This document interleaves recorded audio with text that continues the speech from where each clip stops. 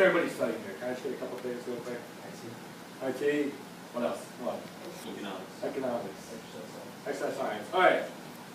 Would you guys do your job? Would you keep studying that major if at the end of it you're going to have very, very serious brain damage?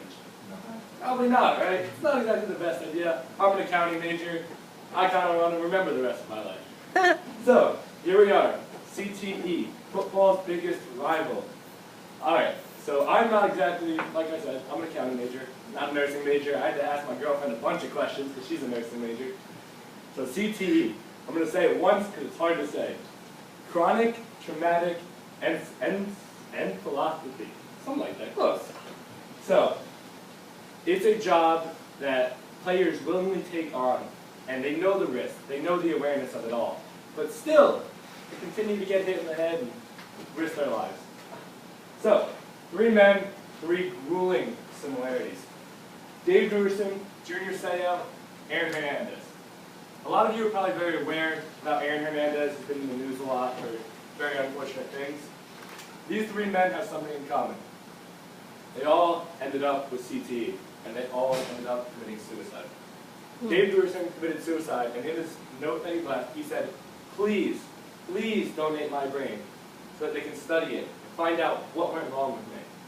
Junior Seau, when he committed suicide, he put a bullet in his chest instead of his head. That way his brain wouldn't get damaged and they can study that. Aaron Hernandez was found dead in his jail cell after committing double homicide. People wanted to know what these crazy changes were about. Why did these normal, amazing men end up becoming so messed up in the head that they had to end their own lives? So, here we are. On the left, we have Boston University's study of a normal brain and a severe CTE brain. On the right is Aaron Hernandez's brain scans.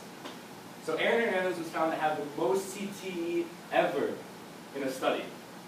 And in the study done by Boston University, they found that of 202 cases studied, 177 had CTE. That's 110 out of 111 NFL players, 48 out of 53 college players. Think about that. You guys are in college classes, other college players. There's a 91% chance that that player has CTE and may suffer in the future with it. Moving on to the awareness of it. Dr. Bennett Omalu and Mike Webster. Mike Webster was one of the most extreme cases ever studied. If you guys aren't aware, Dr. Bennett Omalu and Mike Webster were the main discussion of a movie called Concussion, released by Columbia Pictures in 2015. Mike Webster was a 7-time All-Pro, played 245 games in the NFL. After the studies found, they said that it was, in comparison, that Mike Webster had been in 25,000 car accidents in the span of his life. That's honestly an unbelievable amount that he had to go through. He went so deranged that in the last 6 months of his life, he lost his wife. He would put glue in his rotting teeth to try to keep them together. He would use his oven as a restroom, and he would tase himself just to fall asleep. These are the extreme changes that are made by someone that suffers from CTE. So now you're probably wondering, what's the NFL doing? Why is nobody saying anything? Why is nothing happening? And it is true, things are happening. They removed kickoffs, or pushed back kickoffs so that there would be more touchbacks, because they found that play to be extremely violent, where players are running to each other as fast as they can. They also added concussion sideline testing. That way, players weren't allowed back on the field if they were constantly hitting the head, anything like that. They wanted to make sure that they weren't put back into a dangerous position. And the last thing, and I think this is the most important, is that they are teaching at a young level how to properly tackle and get involved. They don't want players coming across the middle and throwing their shoulder at people's heads. They want them to stay low and really hit them from the waist. That way it'll cut down on concussions, you're not as much brain damage, stuff like that. So, people are realizing this has been a very new trend where there have been early retirements because people become aware of the risks that happen. Chris Borland was a linebacker for the San Francisco 49ers. In his second year, he retired. He was one of the most up-and-coming linebackers in the NFL, a very good player. A.J. Tarpley, the same thing. He had 3 concussions since high school, and after the third one, he realized hey, this is not worth it. I don't want to risk my life in order to play this game.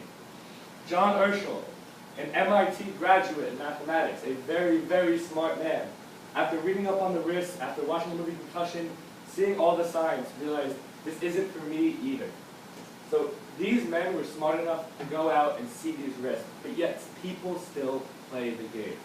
In an interview before the season started, rookie Jamal Adams, the safety for the New York Jets, said, "This is the game that I am willing to die on the field for." And that caused a lot of controversy because people weren't really that aware of this is their life. This is all they know. This is the games they play.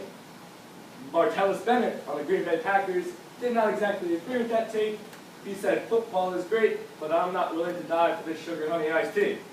So, that's the thing that people are aware of. There are signs, early retirement, the movie, everything like that, that people realize, hey, this game might not be worth it. But if things are taught at the right age, if rules are enforced correctly, and equipment continues to evolve, this is a game that people will continue playing. Thank you. Thank you.